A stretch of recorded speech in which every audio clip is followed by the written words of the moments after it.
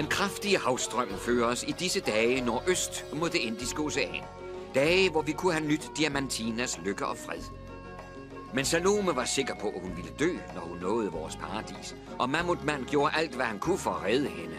Så nu er vi på vej mod ukendte mål. Og der er stadig en graverende mangel på mad. Måske har Gertrud en løsning. Vi reddede hende fra flyvemaskinen, der faldt ned i havet. Og hun siger, hun kan vise os, hvordan man kan tage planter fra en oase og genplante dem, så vores ø bliver frodig igen. Men hvis vi ikke snart finder en oase, dør vi alle af sult.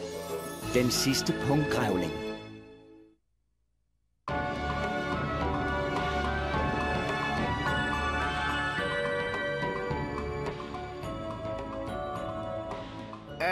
Er det ikke min tur nu, Rocco?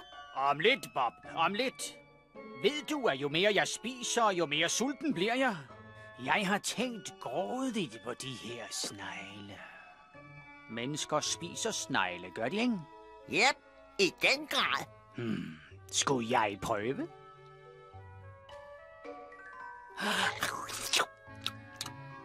Ikke for noget. Men jeg tror, det er meningen, man skal tage dem ud af skallen først. Hvordan smagte den? Som at sluge en forstoppet snude, Bob. Jeg snupper en til.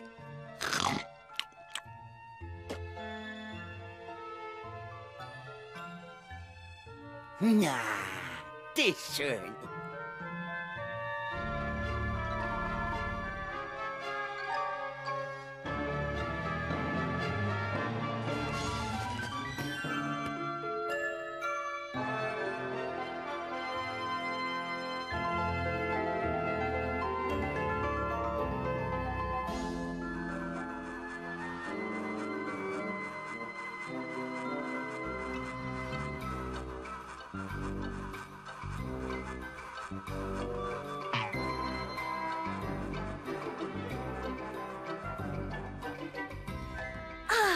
Australien. Det smukkeste sted på hele jorden. Sørme så. Hey! Jeg kan dufte billabong. Jeg synes mere, han lugter af muk. Når man har hoppet rundt hele natten, bliver man tørstig. Så indsnuser man luften. Og hvis man er heldig... billabong! Du mener en oase? Ja, vi har fundet en. Ja, det er jo det, jeg lige har sagt. Juppie!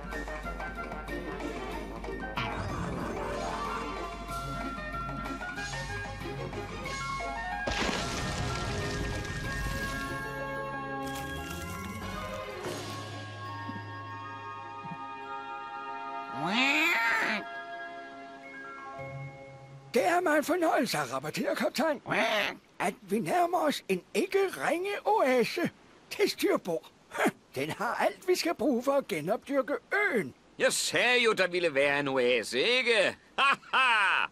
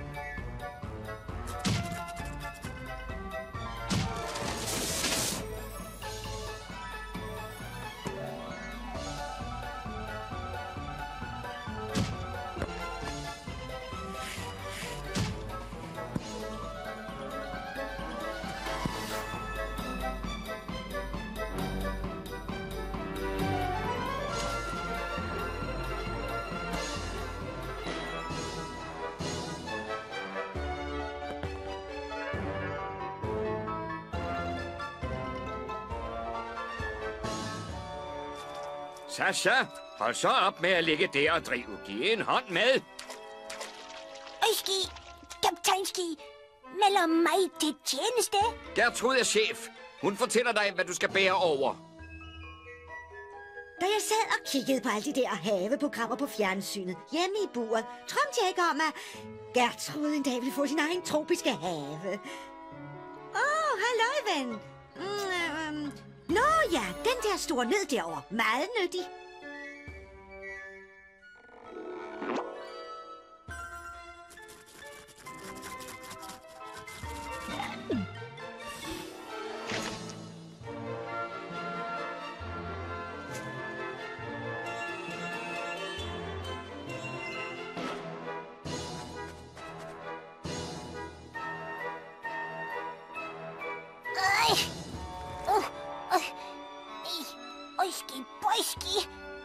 jeg ikke.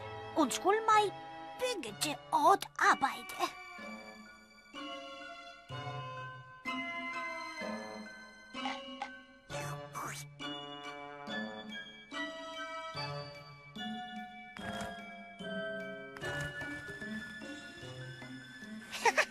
Hvor kan jeg dog takke dig, herlige insekt? Gertrud siger, at du skal tage tilbage til øen og grave huller til nye palmetræer med dine store fødder. Af hvad? Gertrud siger, Dig at du... og din pokkersgorilla. Din pokkersgorilla-snude. Jeg skal varme jeres øer, skal jeg. Halløjsa, kære venner. Hvorfor er det Flapø ikke i gang med at grave huller med sine store fødder, som jeg gav ordre til? Jeg skal varme din snude, skal jeg. Nora, hvis du stadig er kaptajn her, beder jeg om tilladelse til at hoppe ind i landet et smut. Det er jo mit hjem. Jeg vil ikke se en punggrævling igen. Det går vel. Du har min tilladelse, men skynd dig tilbage. Du finder ikke nogen punggrævlinge, fru Næsvis. På mit fjernsyn hjemme i buret, så er et program om punggrævlinge. Der er næsten ingen tilbage, er du ved det. Sikke en forestilling. Hun finder ikke nogen punggrævlinge. Så godt som uddødes af fjernsynet. Jeg savner mit fjernsyn.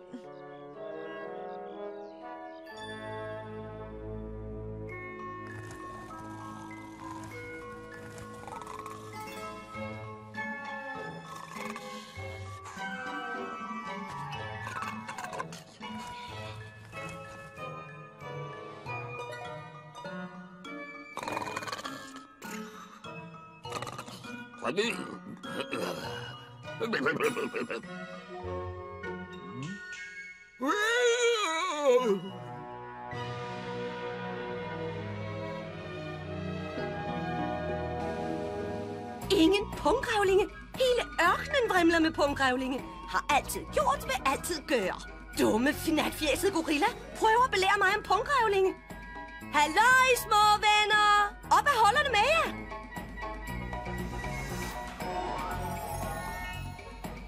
Hallo, op og stå!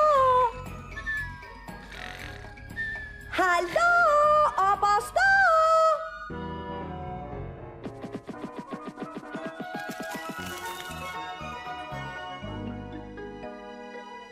Verden kan da ikke være gået så meget at lave, at den er løbet tør for punggrævlinge.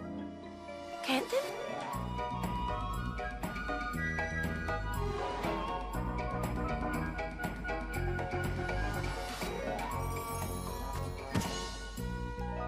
Ups! Første dag hjemme i faderlandet, og tror I så ikke, jeg moser en wombat? Bare rolig. Goddag, Skuro. Goddag, Wombasse. Hyggeligt at hoppe ind i dig. Men det var faktisk en punggrævling, jeg ledte efter. Punggrævling, siger du?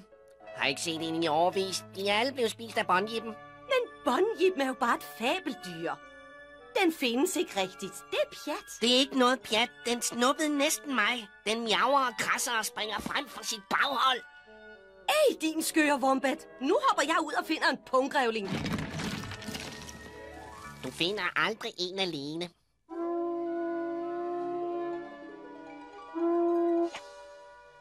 Stop den larm, Jasper. Du skal jo ikke tro det i hornet, medmindre der er far på færd.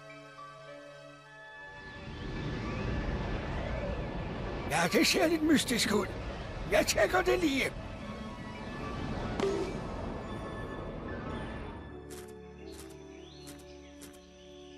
Du der! Ja, dig! Vær forsigtig med det blommetræ. Det er meget skrøbeligt. Nu gjorde du det. Hun kommer herhen. Hop ned i det hul, Bamse, og bliv stående, indtil du lærer at udvise en bedre opførsel. Aldrig i livet. Farlig provokering, prøver man. Hun er helt stum af ophidselse. Gertrud, hvad med de her?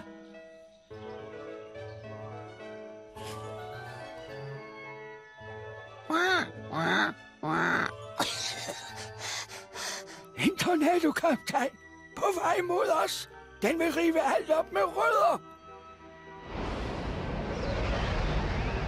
Vi må væk herfra nu. Hurtigt. Pen! Hvad med Mathilde? Hun hopper stadig rundt i Australien. Min gribbepatrulje blev næsten udslettet af den storm. Vi kan ikke flyve tilbage efter hende.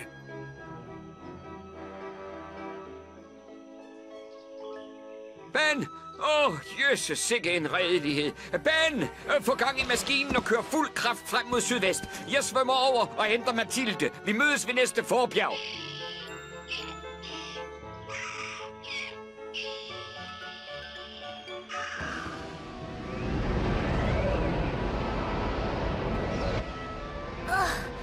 Var det, undskyld mig, virkelig nødvendigt at skubbe vores nød hele vejen op på toppen af bjerget? Jeg er sikker på, at du har dine grunde, men...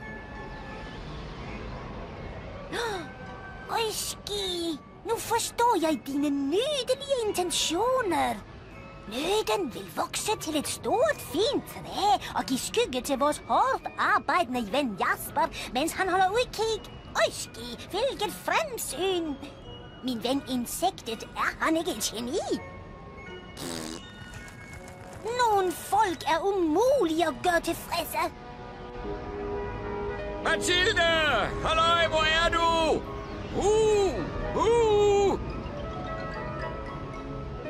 Du skal ikke blive bange, jeg er bare en isbjørn.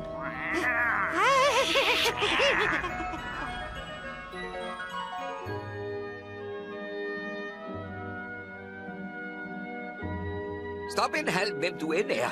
Kan du hjælpe mig? Jeg leder efter en kænguru. Ikke bare hvilken som helst kænguru. Og det nærmeste vandhul, tak.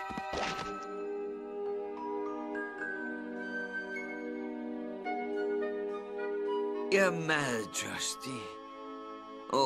Hvem der havde et isbjerg.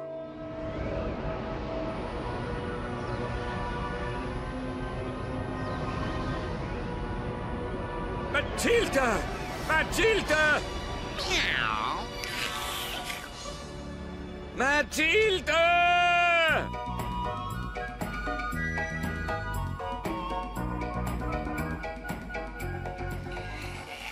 Halløjsa! Vi mødes på den der klip om 2 minutter. Hvis der overhovedet er en punktgrævling tilbage her i landet, så vil vi kunne se den derfra.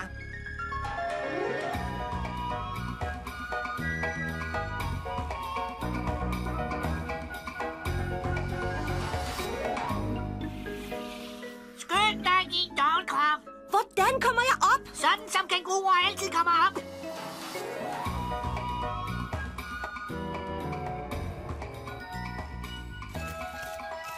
Hvis en punktgrævling stikker sin snude op af hullet, ser jeg den. Selvom jeg nu ikke ser så godt med mine øjne. Kors, det er en bonjib. Nej, den ligner sådan en kæmpe stor hvid bjørn.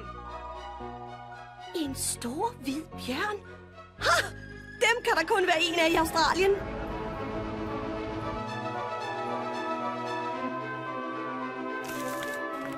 Mathilde!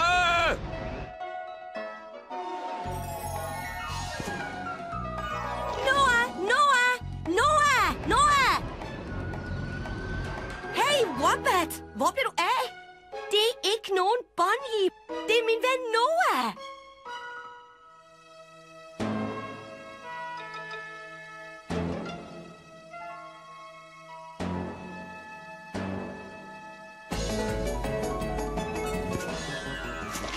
Goddags, punktgrævling. Hop op. Bonjiben er efter os.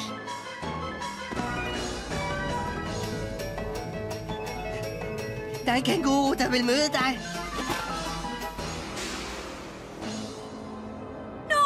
Noah!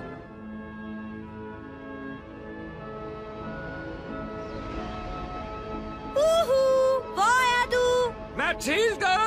Gudskelov, der er en forfærdelig tornado på vej. Vi må straks tilbage til øen. Nej! Tør ikke! Rolig, jeg hjælper dig. Jeg kommer nu. Ja, kom op! Så skal jeg vise dig Australien!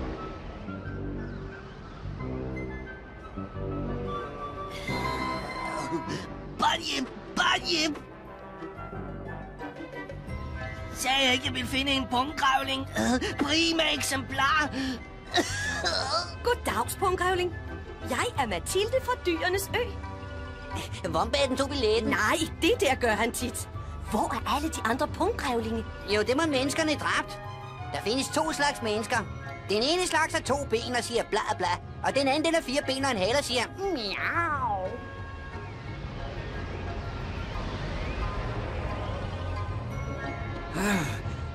Se, hvad vi har fundet, Noah. En punggrævling. Den fnatfjæsede gorilla ved ingenting. Han gør dig ikke noget, lille ven. Øen er vores eneste chance. Du er velkommen til at tage med, men vi må væk nu. Kors, Noah. Du har ret. Hvad venter vi på? Bunyip! Bunyip! Han er ikke nogen Bunyip, din skøre wombat. Det er bare en skrøne. Det her er Noah, min bedste ven i hele verden. Gudskelov. Så det var det, du fablede om? Det er altså bortløbende katte, der har dræbt alle punggrævlingene. Det er punggrævlingen, han er ude efter. Noah, du må redde ham.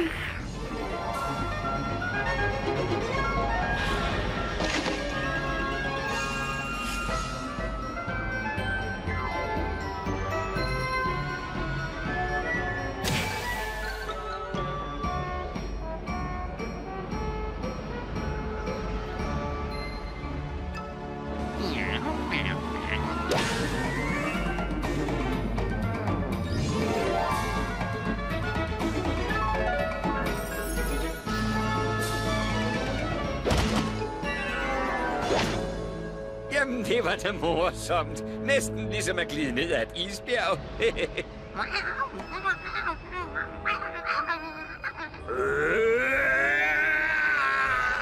Er du sikker på, at du ikke er Bunyippen?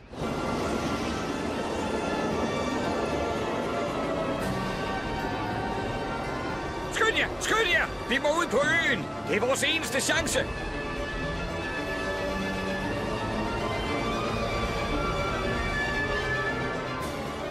Vær nu forsigtig med den der punktgrævling, ikke? Det er nok den eneste, vi finder. Kom så, Wombat. Skynd dig, Mathilde. Ellers strander vi her. Jeg kommer nu, Noah. Mathilde, kom så nu! Mathilde!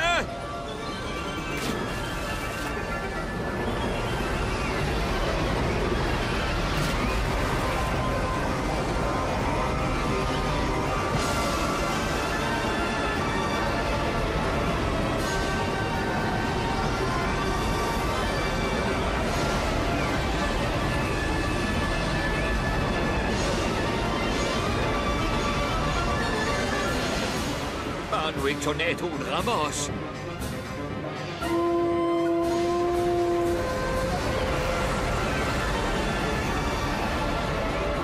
I dækning alle sammen! Den kommer!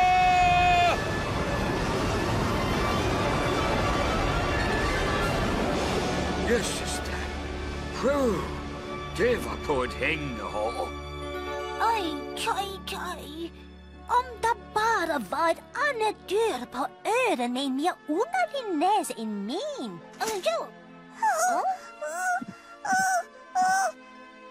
Dags i skuret.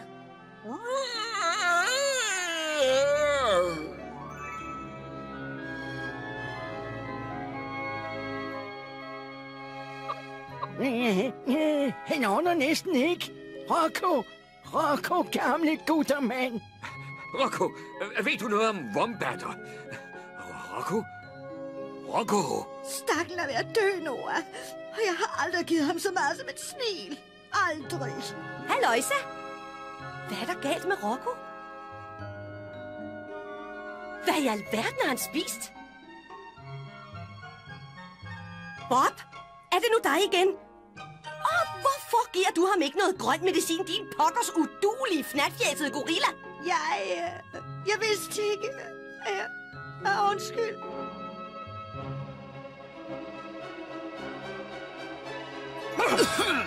Hej, dit pokkers punktdyr. Jeg troede aldrig, du kom tilbage fra Australien. Hvad vil du gøre uden mig, hva'? Ved det ikke. Ups. Jeg troede selv, jeg havde taget billetten den her gang. Og du var heldig, at jeg reddede dig endnu en gang, pokkers gorilla.